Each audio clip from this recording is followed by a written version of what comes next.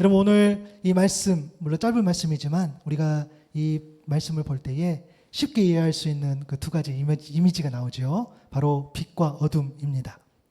우리가 빛과 어둠을 이야기할 때 가장 이제 비유적으로 이야기하는 거죠. 그래서 빛과 어둠 그러면 생명과 죽음, 선과 악 뭐 이렇게 우리가 비유적으로 이야기할 겁니다. 우리가 빛하면 굉장히 긍정적이죠. 그래서 생명과 선과 진리 그리고 또 진실 혹은 이 거룩함을 우리가 이제 빛으로 표현을 하고요. 또 어둠은 부정적인 이미지지요. 죽음이라든가 악이라든가 거짓, 또 죄악들, 또 어떤 사단의 세력들, 또 어쩌면은 또 우리 사회의 또 어떤 그런 잘못된 복음들, 이단들 그런 것들도 우리가 어둠이라고 이야기할 수 있겠죠. 그래서 빛은 하나님의 편, 어둠은 세상의 편으로 우리가 이렇게 나눠 볼 수 있습니다. 그런 의미에서 오늘 우리가 읽었던 에베소서 5장 8절의 시작은 우리 모두가 어느 정도 공감할 것 같아요. 3번절에 보니까 너희가 전에는 어둠이더니 라고 기록이 되어 있습니다. 여러분 이 어둠을요 우리가 신앙생활에 좀 연결해 보면 어둠은 우리가 이 신앙에 있어서 잊고 싶은 일, 그렇죠? 우리가 흑역사라는 표현하는데 이 어둠은 우리에게 흑역사가 아닐까 싶어요. 우리 그렇잖아요. 우리가 예전 이야기하면 어둠이었을 때가 여러분들 있죠. 네. 쳐다보진 않겠습니다. 우리가 살다 보면 그리고 지금까지 과거에 보면 우리가 어둠이라고 말한 우리의 어떤 신앙의 모습이 있을 텐데 여러분 갈라디아서 5장 19절에서부터 21절에 보면 육체의 행실에 대해서 언급이 되어 있죠. 음행, 더러움, 방탕. 그리고 20절에 보니까 우상숭배, 마술, 원수매증, 다툼, 시기, 분노, 이기심, 분열, 분파. 21절에 보니까 질투, 술취함, 흥청거리는 연회, 또 이러한 비슷한 것들. 이런 것들을 바울이 경고했지요. 어떤 이런 일을 하는 사람들은 하나님의 나라를 유업으로 받지 못한다는 거예요. 그렇죠? 이 어둠들. 베드로전서 4장 3절에도 기록이 되어 있어요. 방탕과 정욕과 술 취함과 환락, 또 우상 숭배 이런 것들이지요. 그러면 우리의 어떤 신앙을 좀 점검해 보면 우리에게도 신앙의 흑역사가 있을 것 같아요. 이런 어둠들이지요. 물론 개인적인 거죠. 서로를 비교하면서 네가 더 어두웠다, 아니다 내가 좀 더 어둡다라고 말할 수는 없지만 우리의 신앙 가운데에서는 그런 흑의 역사도 있습니다. 물론 그런 내용들 좀 정리할 필요가 있어요. 우리가 알아야 되니까요. 그래서 이 내용들 정리하기 전에 혹시 여러분들이 지금 흑 역사를 경험하고 있다면 여러분 즉시 회개할 수 있기를 바랍니다. 아멘 안 하신 거 보니까 흑 역사가 아닌가 보다. 네, 다행입니다. 예, 그렇죠. 흑 역사가 아니면 다행이에요. 그건 괜찮은 일입니다. 여러분 우리가요 교회 밖에 좀 악한 행동을 생각해 볼게요. 음행을 일삼고 거짓말하고 또 폭력을 일삼고 살인하고 시기 또 사기를 하고 또 불법을 저지르고 이런 것들은 교회 밖에서 우리가 악한 행동으로 볼 수 있어요. 맞죠? 물론 우리가 말할 수는 없지만 과거에 이런 경험들이 있는 분들이 교회 안에도 물론 있을 겁니다. 그리고 교회 안에서 보면은 특히 교회 안에서 악한 행동은 거짓말이겠죠. 우리가 얼마나 그렇게 거짓말을 많이 하는 줄 몰라요. 그렇죠? 여러분들도 거짓말 많이 하시잖아요. 예, 예배 엄청 힘들었는데 은혜 받았습니다. 이럴 때 있어요. 그런 거짓말도 하기도 하고 또 되게 모습이 형편없게 보일 때가 있으나 또 좋은 의미로 물론 이제 선의와 거짓말일 수도 있겠으나 어찌됐든 우리가 교회 안에 알게 모르게 거짓말도 하고 시기도 하고 질투도 하고 또 교회 안에 특별히 악한 행동이라고 하면은 예배일 수 있을 것 같아요. 여러분 예배를 잘못 드리는 것도 악한 행동이죠. 맞죠? 예배를 사랑하지 못하는 것도 악한 행동입니다. 과거에 이런 이야기를 들은 적이 있어요. 제가 20년도 넘는 이야기입니다. 그 대학교 1학년 때 저희 청년부를 섬기는 어떤 간사님이 계셨는데 이제 대학교 1학년이면 얼마나 예배 드리는 것에 대해서 이렇게 이야기를 많이 고민을 하겠어요. 이제 수능 끝나고 고3 끝났으니까 얼마나 많이 시간도 많이 남고 그러니까 주일에 막 놀러 가고 막 이러니까 그 대학 1학년들이죠. 그 청년들 대상으로 예배를 잘 드리라고 그런 이야기 많이 고민들을 하죠. 그때 그 간사님이 어떤 간증을 해주셨냐면 본인은 예배를 이렇게 드리고 싶은데 부모님이 너무 싫어하신다는 거예요. 그래서 교회 간다고 맨날 핍박하고 구박하고 그러나 또 이분은 또 그래도 여지없이 또 교회를 나가고 어느 날은 지금 생각하면 되게 그럴 수 없을 것 같은데 집에 대문을 잠궈 걸었다는 거예요. 갔다 오면 못 들어오게. 그럼 어떻게 들어갔습니까? 물어보니까 동생이 열어줬대. 그리고 정말 매맞기도 하고. 물론 지금 생각하면 놀라운 어떤 간증인데 지금 이런 일이 있을 수 있을까라는 생각이 들어지긴 하는데 그런 일들이 있었다는 거죠. 사실 그 간사님 입장에서는 어떻게 보면은 그 신앙의 어떤 그런 더 깊어질 수 있는 그런 어떤 시간일 줄 모르나 그 아버님, 모르겠어요. 그 아버님 제가 뵌 적은 없지만 그 아버님 입장에서는 굉장히 신학이 흑역사인 거죠. 여러분 어떻게 예배 드리는 것을 방해할 수 있을까요? 하나님은요 그것을 너무 싫어하세요. 우리는 예배를 방해하면 안 돼요. 그죠? 그것은 내가 원든 원치 않든 하나님은 그것을 싫어하세요. 내가 의도를 가지고 혹은 나도 모르게 그죠? 그래서 우리는 예배를 방해하면 안 될 뿐더러 예배에 대해서 소중히 여길 수 있는 것. 왜냐하면 예배에 대해서 가볍게 여기는 것은 악한 행동이기 때문입니다. 그리고 성경에서도요, 이 특별하게 이 흑의 역사를 다루는 그런 내용들도 있죠. 여러분 잘 아는 사도행전 가운데에 유명한 인물들 베드로와 바울이 있죠. 베드로를 중심으로 또 바울을 중심으로 사도행전 역사가 쓰여지는데 그들의 흑 역사가 있어요. 베드로는 배신자였어요. 우리가 아는 거죠. 그리고 바울은 핍박자고 살인자였어요. 그러나 하나님은 그들을 쓰신다는 거예요. 그들은 평생 그것이 그들에게 때로는 올무가 됐어요. 그러나 하나님은 그것을 사용하셨지만 어찌됐든 그들에게 그 일은 흑의 역사.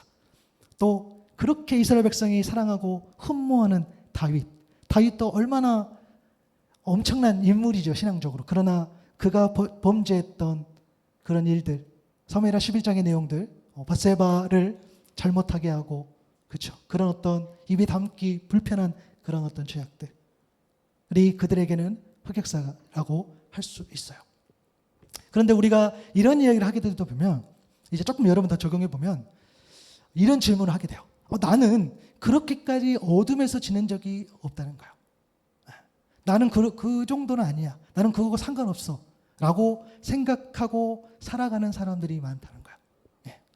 내가 모태신앙으로 그렇게까지 모태신앙으로서 그렇게까지 신앙 좋은지는 아니겠지만 그러나 큰 어떤 굳이 어둠이라고 말할 수 있는 그런 경험들을 하지 않고 살아왔다라고 우리 생각할 수 있는 거죠. 저도 감사하게 여러 가지 고난들이 있었음에도 불구하고 신앙적으로 막 방황하고 그러지는 않았어요. 그렇죠? 모르겠어요. 생긴 것은 다를 수 있겠으나 나름 교회 오빠로서 할렐루야. 교회 오빠, 교회 누나 전세적으로 많죠. 여기도 계실 것 같은데, 그죠? 되게 봤을 때는 교회 오빠가 아닌 것 같은데 또 이렇게 물어보면 그렇잖아요, 그죠? 그 교회 오빠인 거죠.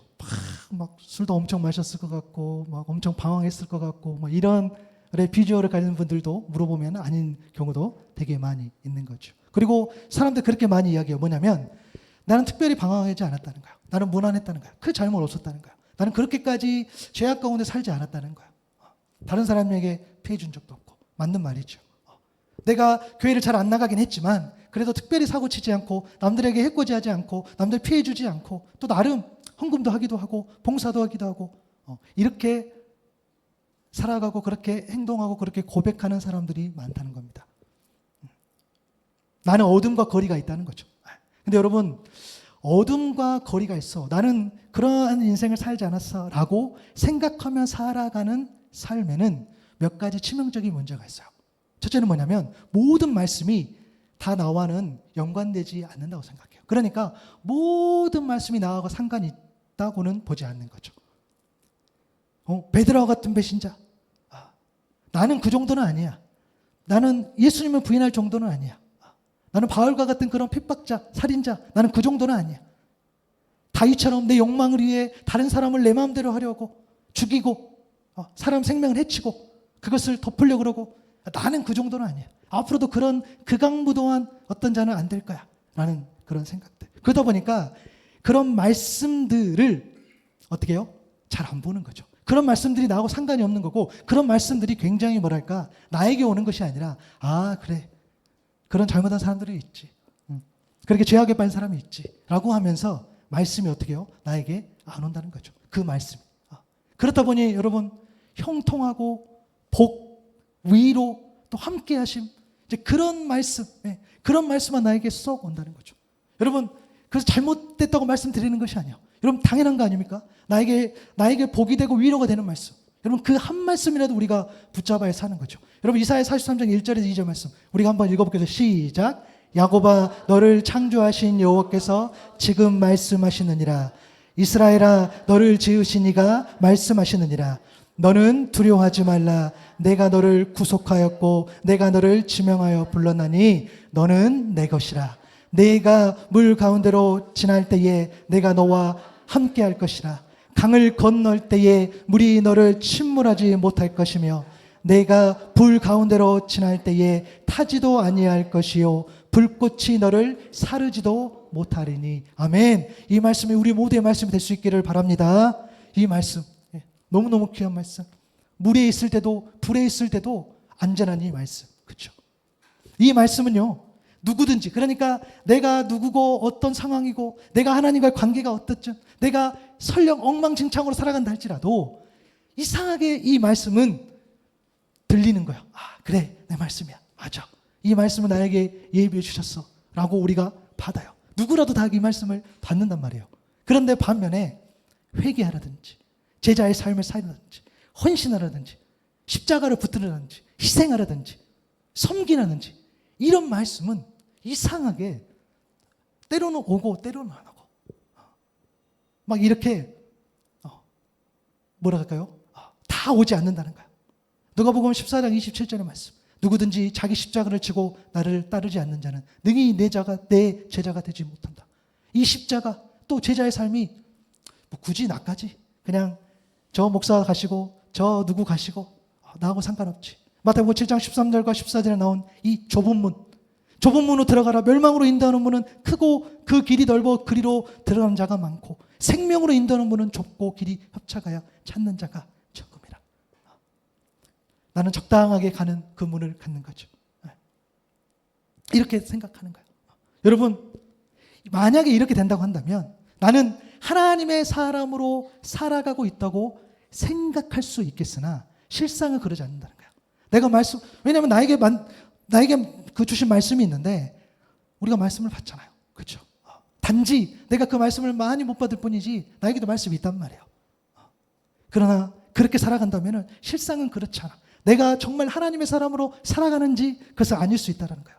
디모데후서 3장 16절, 17절에 보면 이것은 NLT 영어 성경 그 영어 번역을 지금 가져온 건데 한번 잘 보세요. 여러분 잘 아는 말씀이에요. 모든 성경은 하나님의 감동으로 된 것으로 우리에게 진리를 가르치고 우리의 삶의 잘못을 깨닫게 하는데 유익합니다. 성경은 우리의 잘못을 바로잡아주고 옳은 일을 행하도록 가르칩니다. 하나님은 성경을 통해 당신의 백성을 준비시키고 모든 선한 일을 행할 수 있도록 준비시키십니다. 아멘. 하나님은요 오직 성경을 통해서 하나님의 옳은 방향으로 하나님의 사람을 준비시키십니다.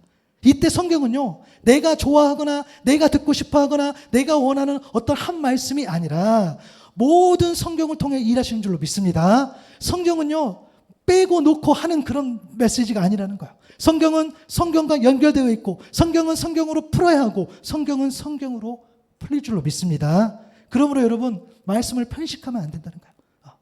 나는 어둠하고 상관없으니 어둠과 관련된 그 말씀 굳이 나까지 회개해야 되고 돌아와야 되나 굳이 나까지 희생하고 헌신해야 된다는 그 말씀이 나에게 상관이 없다면 그것은 내가 언제나 사람으로 나아가고 있지 않다는 증거 중에 하나이겠죠. 마치 성경을요 내 임의대로 관사하면 안 된다는 거예요.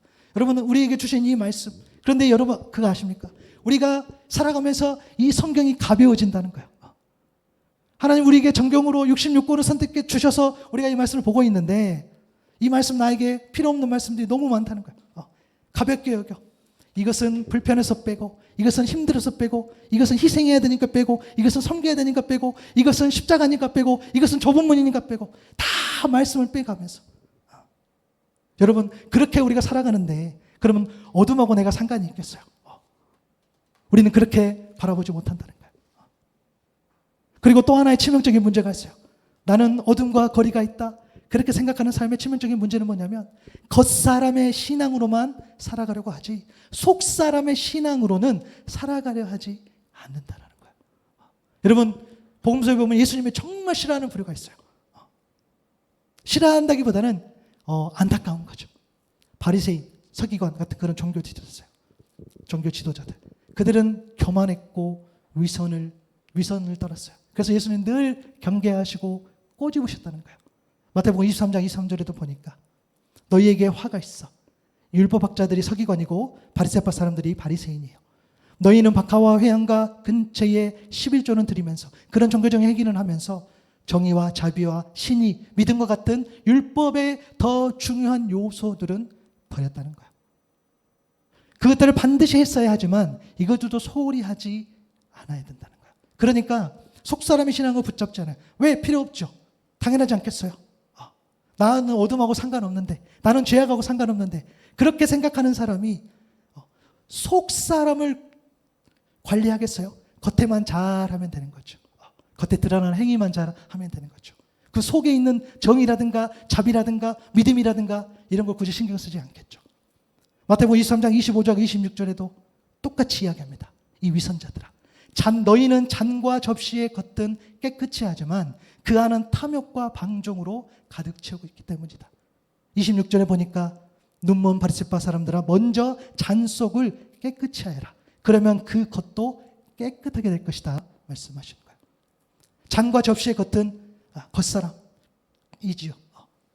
내가 어둠하고 상관없는데, 그렇지 않습니까? 나는 겉에만 잘 닦으면 돼요.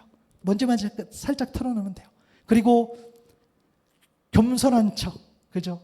내가 십자가를 지는 척, 순종하는 척 그렇게 살아가면 되겠지요. 그러나 그 안에 탐욕과 방종은 제멋대로 하는 거죠. 그것은 속에서 나오는데, 그죠? 그래서 잔속을 깨끗이 하라고 했다는 거예요.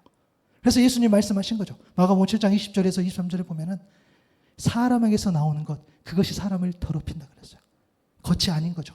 정반대의 말씀을 하는 거죠. 너희들이 그렇게 먼지를 타는데, 그래서 나는 어둠이 아닌 것처럼 살아가는데, 아니, 사람에게서 나오는 것, 그것이 사람을 더럽혀. 나쁜 생각은 사람의 마음에서 나오는데 곧 음행과 도둑질과 살인과 간음과 탐욕과 악의와 사기와 방탕과 악한 시선과 모독과 교만과 어리석음, 이런 악한 것이 모두 속에서 나와서 사람을 더럽힌다라고 한 거죠. 여러분, 그래서요, 우리는요 자꾸 잊어버려. 자꾸 이 내용을 우리가 종합해 보면서 한 가지 결론에 이를 수 있어요. 뭐냐면 이 어둠에 대해서 내가 어둠에 있는지 있지 않은지는 여러분 나의 생각과 경험으로는 결정할 수 있는 것이 아니라는 거예요. 내가 어둠에 있었어요. 지금도 어둠에 있는 것 같아. 그러니까 내가 어둠에 있다? 이게 안 맞아요. 또 반대로 나는 어둠에 있지 않았어요. 나는 과거에도 그렇고 지금도 그렇고 나하고는 어둠에 상관이 없어요 라고 말하지만, 정말 내가 어둠과 상관이 있는지 없는지 그것은 사람의 생각으로, 사람의 경험으로 재단할 수 없다는 거예요. 왜요? 내가 어둠인지 빛인지를 결정하는 것은 나의 어떤 행위가 아니기 때문입니다. 그 증거가 오늘 본문의 8절 말씀입니다.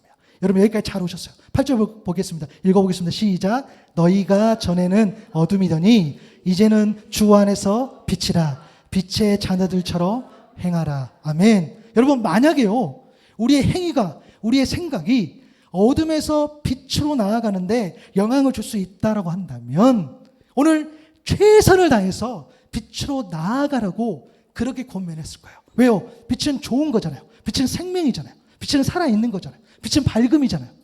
다 좋잖아요. 그러니까 내 행위로, 내 의로, 내 노력으로 어둠에서 빛으로만 나아갈 수 있다면 우리는 100번이고 1000번이고 10,000번이고 권면하겠죠.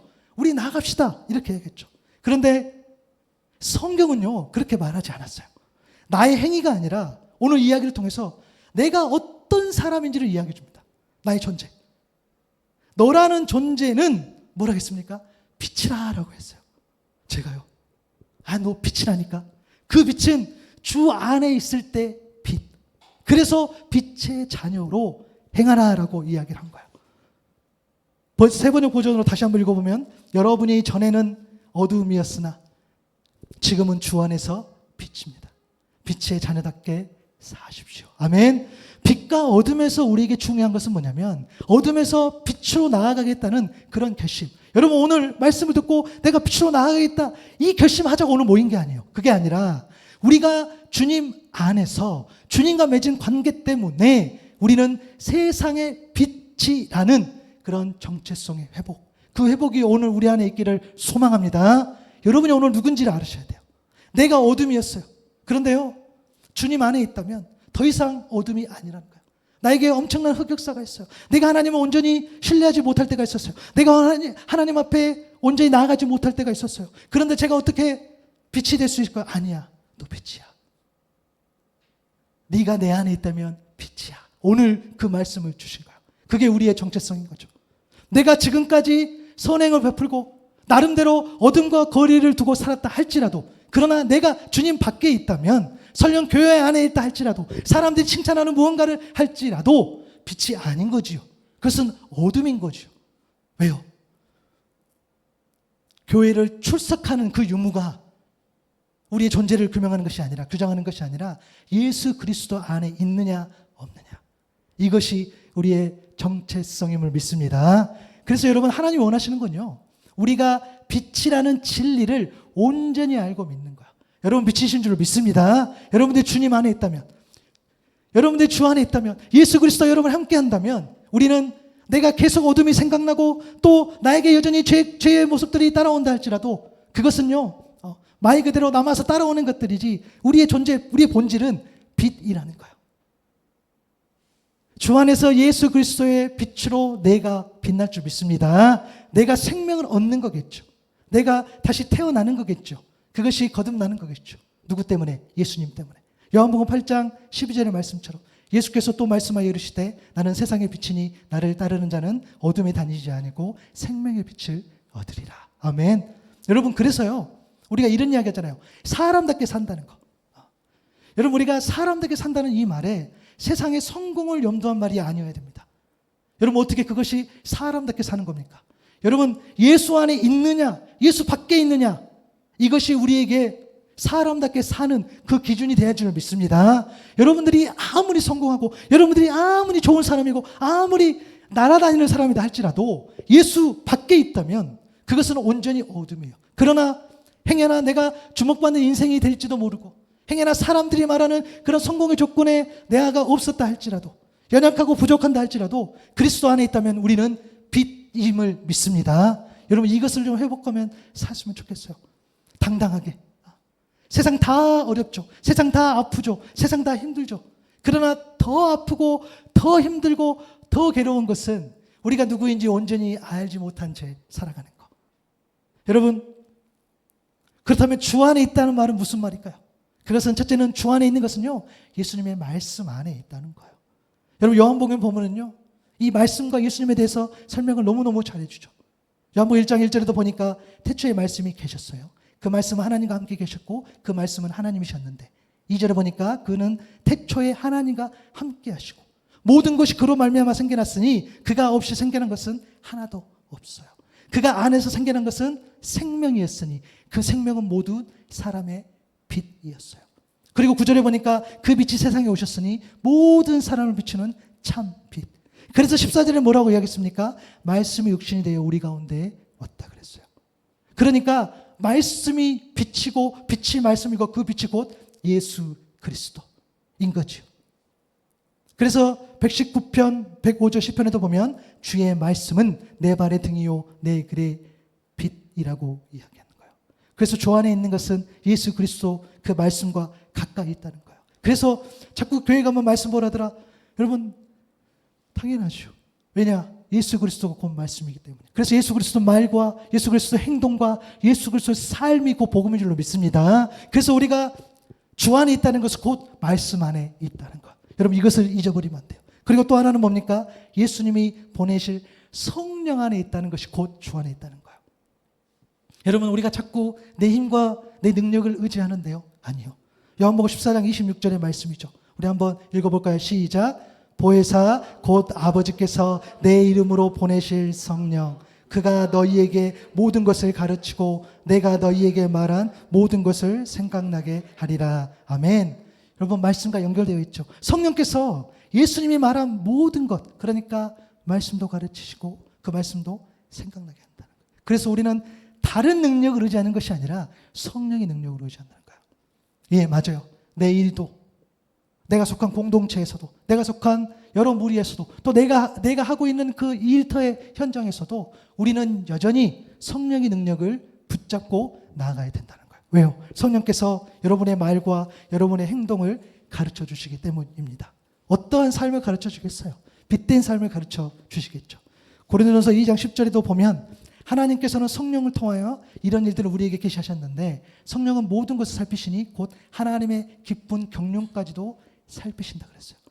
경륜이 뭡니까? 하나님의 섭리, 하나님의 경영, 하나님의 계획, 하나님의 다스림인 줄로 믿습니다. 성령께서 그 모든 것을 다 하신다는 거예요. 내가 한 것 같지만, 내가 계획하고, 내가 주도하고, 내가 쓰고, 내가 연락해서 사람을 만나는 것 같지만, 내가 계획해서 뭔가를 해나가는 것 같지만, 내가 월요일은 이 일을 하고, 화요일은 이 일을 하고, 수요일은 이 일을 하고 하는 것 같지만, 그래서 뭔가를 또 해내고, 때로는 기다리기도 하고, 때로는 여러 가지 일들도 일어나는 것들을 우리가 경험하지만, 그것이 모두 성령께서 경영해 주시고, 성령께서 계획해 주시고, 성령께서 다스려 주심을 믿습니다. 그것이 우리 빛의 자녀들의 정체성이라는 거예요. 그것을 얼마나 믿느냐에 따라서 우리가 친밀하게 우리 주님과 교제한다는 겁니다. 세상은 알지 못하겠죠. 세상은 그냥 그런 거 못하겠죠. 세상은 그냥 뭐 잘됐다 그렇게 이야기하겠죠. 아니요. 그 어느 것 하나도 하나님께서 이루어 주신 것이 없다는 거죠. 고린도전서 12장 3절에도 보면 그러므로 나는 여러분에게 알려드려요. 하나님의 영으로 말하는 사람은 아무도 예수는 저주를 받아라 라고 말할 수 없어요. 또 성령으로 감당하지 않고서는 예수는 주님이시다 하고 말할 수 있다. 그 아무도. 성령께서 감동하지 않고서, 성령께서 내 마음에 함께하지 않고서는 우리는 예수를 주로 신하지 못해요. 오늘 이곳에 모인 여러분들 한 분 한 분들, 성령께서 여러분을 만지심으로 오직 주님을 예수 그리스도로 고백할 수 있는 저 여러분 될 수 있기를 소망합니다. 여러분들 정말 그 안에 고백함이 있다면 성령께서 일하시면 조금 더 나아진 문제예요. 먼저 우리가 성령과 함께 교제하는 거죠. 성령과 함께 동행하는 거겠지요. 그러므로 저와 여러분은요, 예수님의 말씀과 예수님이 보내신 성령을 통해서 주님 안에 거한다면 더 이상 어둠이 아니라 빛이기에, 어둠이라는 세상의 말과 사탄의 공격에 무너질 필요가 없다는 거예요. 여전히 우리를 괴롭혀요. 너나 잘하지. 여러분 제가 고백했잖아요. 너무너무 그게 힘들어요. 메시지를 준비할 때마다 너나 잘하지. 막 환청처럼 들려와요. 죽겠어요. 근데 반박을 못 하겠어. 그러니까요. 나만 잘하면 되겠는데 잘 안 돼요. 계속 올라오죠. 여러분 저도 그런데 여러분도 마찬가지겠죠. 우리가 조금 애쓰다가 조금 수고하다 하는 것 같은데 여전히 우리는 내가 어둠인 것 같고, 내가 어둠에서 나를 막 공격하는 그 공격 그 요소들을 막아내지 못하고 넘어질 때, 내가 빛이라니, 내가 빛이야? 내가 어떻게 그럴 수 있지? 라는 그런 공격도 우리가 무너지는 거죠. 근데 여러분 놀라지 마세요. 우리가 주의 말씀 안에 있고 성령 안에 있었을 때에 그 열매가 있는데, 그 열매가 뭐냐면 오늘 본문 9절에 보니까 착함과 의로움과 진실함이라는 거예요. 그게 열매라는 거예요. 이것은 개념이라기보다는 하나님의 성품이요, 하나님의 사람들의 삶의 태도라고 할 수 있어요. 여러분 이것은요, 명사라기보다는 동사예요. 여러분 착함은 뭡니까? 착함. 그것은 선하고 좋은 것, 훌륭한 것, 그리고 관대함이라고 할 수 있어요. 에베소서 4장 31절 32절에 보면 너희는 모든 악독과 노함과 분냄과 떠드는 것과 비방하는 모든 악에 함께 버리고 서로 친절하게 하며 불쌍하게 여기며 서로 용서하기를 하나님의 그리스도 안에서 너희를 용서하심과 같이 하라. 아멘. 이 착함이라는 거예요. 이것이 빛의 열매라는 거예요. 그리고 의로움은 뭐죠? 그것은요, 하나님의 의는요, 하나님의 옳음이에요. 하나님이 옳기 때문에 그 의를 힘입어서 우리가 구원받는 거죠. 하나님이 옳기 때문에, 하나님이 의롭기 때문에 우리는 그 의로움으로써 우리가 온전한 사람으로 서게 되는 거죠.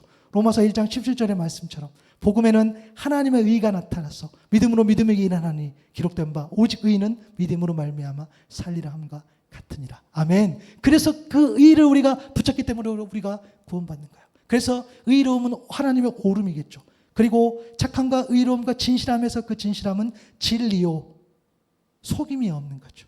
여러분 정말 거짓말하면 안 돼요. 왜요? 그것이 진실함, 빛의 열매예요. 그래서 거짓에서 우리는 자유로울 수 있어야 돼요. 거짓은 우리 멀리 해야 되는 거죠. 자, 다시 합니다, 여러분. 우리가 착하게 돼야 됩니다. 우리가 의로워야 됩니다. 우리가 진실해야 됩니다. 이게 노력해서 될 일이면은 그렇게 하겠죠. 오늘 그 메시지가 아니에요. 내가 노력해서 착함과 의로움과 진실함을 얻는 것이 아니라 내가 주 안에 있었을 때에, 말씀 안에 있고 성령 안에 있었을 때에 이것은 드러나는 줄로 믿습니다. 감출 수가 없다는 거예요. 여러분, 우리 잘못 살면 안 돼요. 여러분, 제가 사진 한 장 보여드릴게요. 오늘 다른 거 다 잊어도요, 이 사진은 꼭 기억했으면 좋겠어요. 여러분, 뭡니까? 여러분요, 빛은 드러날 수밖에 없어요. 어둠 가운데 수많은 사람이 있어요. 저게 여러분, 저 빛이요, 노력해서 드러나는 빛입니까? 저 한 사람을 비추는 저 빛이 노력해서 애써서 수고해서 나오는 빛이 아니라 주 안에 있었을 때에, 성령께서 함께 하셨을 때에 내가 그 빛의 영향을 받아서 그 빛 가운데 함께 있기 때문에 내가 저렇게 빛이 나는 거예요. 저게 드러나는 거겠죠. 착함과 의로움과 진실함이 드러나는 거겠죠. 그런데 여러분 잘 보세요. 그러니까 우리가 세상에서 저렇게 지내기 때문에 얼마나 많이 노출돼서, 그래서 우리가 힘들고 어려운 거예요. 저 어둠에서 저기 쳐다보는 그 공격들이 얼마나 공격하겠어요. 왜? 저렇게 빛 가운데 있으니까, 노출되어 있으니까 잘 보여요. 저게 착한지 의로운 건지 진실한 건지 잘 보여요. 그 여러분이 힘든 이유가 거기 있어요. 여러분이 빛의 자녀로 서갔지만 저렇게 노출되어 있기 때문에 늘 공격받고 늘 힘든 거겠죠. 그죠? 우리의 삶은 녹록지가 않다는 거죠. 저러면서 어떻게 합니까? 우리의 속사람을 엄청나게 공격하는 거죠. 그러면서 끝까지 이야기해요. 야, 지금까지 말씀 붙잡고 성령 충만하고 그렇게 기도해봤는데 특별히 변한 것도 없지 않냐. 네가 네 모습을 봐라. 그 다 드러나는데 뭐 별거 있냐. 굳이 뭐 그렇게 살아갈 필요 있냐. 라고 여전히 끊임없이 공격하는 거예요. 아니요. 저게 우리의 정체성이라는 거예요. 빛의 자녀. 드러나는 거예요.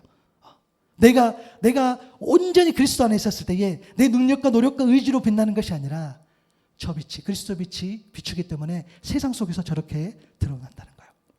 그러면 우리는 어떻게 예수님의 말씀 안에, 그리고 예수님이 보내신 성령 안에 있으므로 우리가 빛이라는 이 정체성을 회복할 수 있을까요? 아주 간단한 문제입니다. 여러분, 싸워야 한다는 거죠. 싸워야 돼. 더 정확히 말하면 뭡니까? 싸움의 본질을 확실하게 알게 싸워야 한다는 거예요.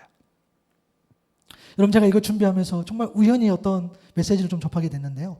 그 미국의 폴 워셔라는 목사님이 있어요. 그 되게 많은 분들이 그 메시지를 참 좋아하시는데, 그분 메시지 중에 이런 메시지가 있어요.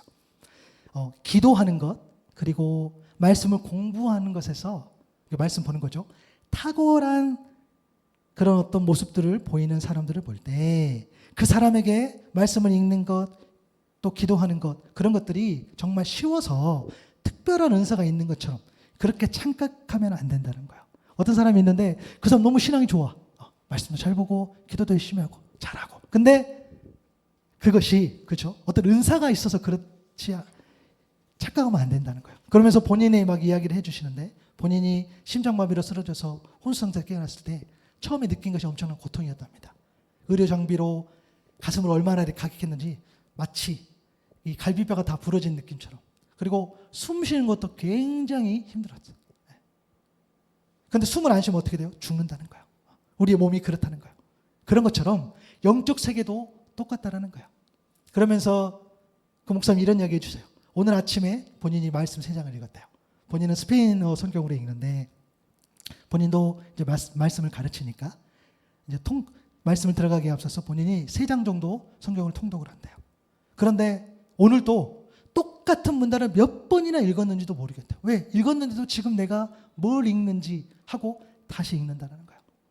그렇게 늘 성경을 가르치고 그렇게 늘 말씀 안에 산다 하는 누군가도 여전히 또 몇 번씩 읽어낸다는 거예요. 내가 뭘 읽었지? 라고 한다는 거죠. 요지는 뭡니까? 끊임없는 육신과의 싸움이라는 거예요. 여러분, 우리가요, 이 싸움을 좀 다시 생각했으면 좋겠어요. 저도 참 많이 도전을 받아요. 우리는 자꾸 영적인 싸움이라고 해서 머릿속에서 뭐 기도하면서 그냥 막연하게, 아니요. 여러분, 영적인 싸움이요, 곧 육적인 싸움이라는 거예요. 우리가 우리의 삶 가운데서 말씀드렸잖아요.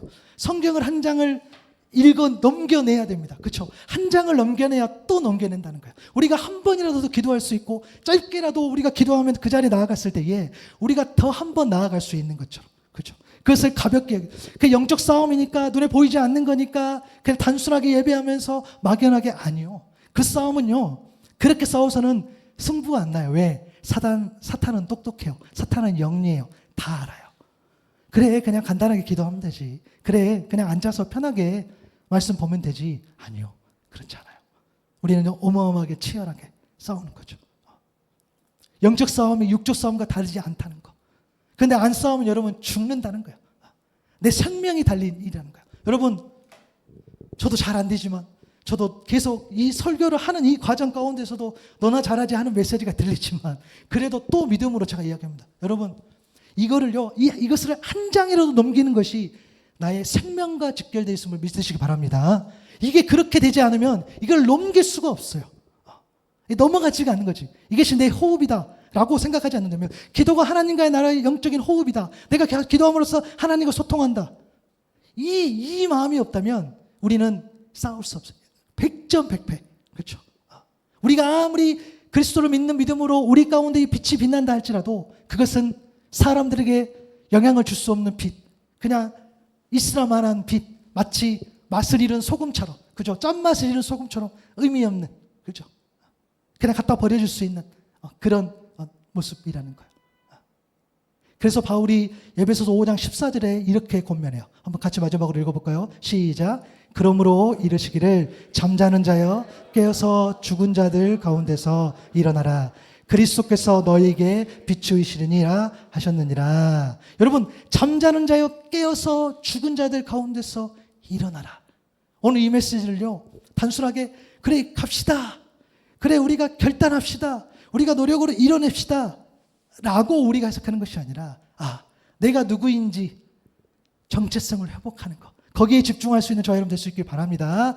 여러분들은 이미 빛이라는 거예요. 여러분은 이미 하나님의 자녀라는 거죠.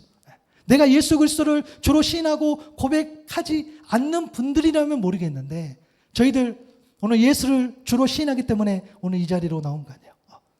개인마다 믿음의 차이가 있겠죠. 연약함이 있겠죠. 목사라서 믿음이 좋겠습니까? 다 똑같아요. 그런다 오늘 또 나오는 거죠. 또 내가 하나님 앞에 서는 거죠. 사랑하는 여러분, 여러분은 어둠의 자녀입니까? 빛의 자녀입니까?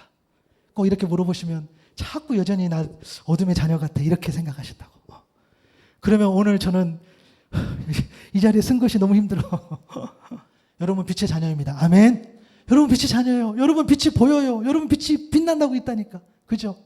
여러분이 힘든 이유는 아까 말씀드렸잖아요. 여러분이 빛나기 때문에 사람들이 공격하는 거예요. 다 보이니까 그냥 그 차이예요. 그냥 받아들이면 돼요. 여러분이 신앙적으로 여러분이 말씀을 듣고 살아가려고 할 때에 나에게 고난이 오고 역경이 온다 그러면 내가 빛나고 있구나 이렇게 여러분 받으시면 돼요. 그렇죠? 그런데 여전히 나는 어둠하고 상관이 없어, 나는 어둠하고 상관이 없고, 나는 굳이 해결할 필요도 없고, 나는 굳이 하나님 앞에 더 나아갈 필요도 없고, 지금 괜찮아 라고 살아간다고 한다면 그것은 하나님의 온전한 사람이 아니죠. 왜요? 말씀을 한 장 한 장 어떻게 해요? 이 말씀을 가볍게 하고 있으니까, 필요 없는 말씀을 찢어내고 있으니까. 아니요, 이 말씀 그대로 우리가 받아야 될 것입니다. 그렇죠? 그 기준은 예수 그리스도. 그래서 오늘 또 여러분 또 다음 한 주도 살아가실 때에 내가 그리스도 안에 있는지 밖에 있는지를 꼭 점검할 수 있길 바랍니다. 내가 말씀 안에 있는지, 내가 성령을 의지하고 있는지, 그것이 우리의 정체성이고 그것이 우리의 본질이라는 거예요. 그리고 싸움은 머리로 하는 것이 아니에요. 싸움은 그냥 막연하게 생각으로 하는 것이 아니죠. 여러분, 싸움은 읽어내고 또 나가서 기도하고 마찬가지인 거죠. 여러분, 저도 참 부족하지만 이거 한다고 얼마나 찾고 얼마나 하는지 몰라요. 근데 제가 설교 준비를 많이 했다고 말할 수 없어요. 부끄러워요. 왜냐하면 그래요? 근데 그 정도 이렇게 말하실까 봐 제가 근데요, 얼마나 국어사전도 찾아보고 원어사전도 찾아보고 하면서 더 쉬운 말은 없을까? 더 나은 말은 없을까? 더 은혜스러운 말은 없을까? 이렇게 하지만 때로는 그렇게 하면서도 도대체 내가 뭘 읽고 읽지 할 때가 너무 많아요. 사단은 그걸 안다는 거죠. 그래서 늘 그래요. 하나님이 해주시겠지. 그렇게 포기할 때도 많아요. 여러분, 그렇게 하면 싸움은 그런 거 아니에요. 여러분, 영적 싸움은 육적 싸움이에요. 아멘. 여러분이 엉덩이로 이겨낼 수 있기를 바랍니다. 자리에 앉아서 안에 뭉개서 한 장을 넘겨가고, 여러분이 기도하는 자리에서 기도하고. 제가 지금 기도 제목 때문에 머리가 아파요. 특별히 여러분, 이 기도 제목이죠. 우리 성도님 중에 아프신 분이 너무 많아요. 그래서 제가 가슴이 아파요. 심지어 어젯밤에 저희 아내가 등이 아프다고 해가지고 저 아내도 아파요. 그래가지고 제가 너무 머리가 아파요 지금. 다 아프다 그러니까. 그죠? 그럼에도 오늘 음식도 준비하고 제가 얼마나 불편하겠어요. 사실 음식 오늘 안 하고 그냥 성도님 보내야 되는까지 생각했어요. 왜냐면 등이 아프다 하니까. 그죠? 근데 또 잠깐 또 이렇게 살아났나 봐. 그래가지고 이렇게 하는데 하여튼 아내도 아파. 누구도 아픈 사람도 있어. 내가 막 너무 힘들어. 왜 그러냐면 내가 기도를 안 해서 그런가? 우리 성도님들 왜 아픈가? 이런 마음이 들잖아요. 그죠?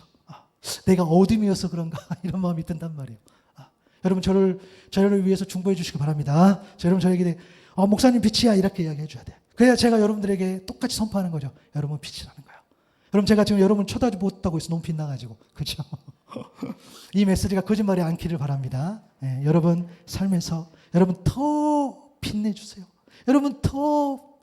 여러분들이 비춰주세요. 주 안에서. 그러려면 여러분 부탁드려요. 한 장을 또 넘겨냅시다. 네, 한 장을 또 넘겨내고 아주 짧은 시간에도 괜찮아요.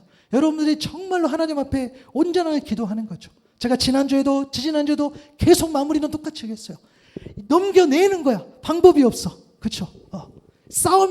싸움을 멈추면 죽기 때문에. 그래서 여러분 그런 마음으로 한 장 한 장을 넘겨내야 돼. 내가 예수님 안에서 온전히 빛의 자녀임을 그 정체성을 회복함으로써 당당하게 살아갈 수 있는 저 여러분 되시기를 바랍니다.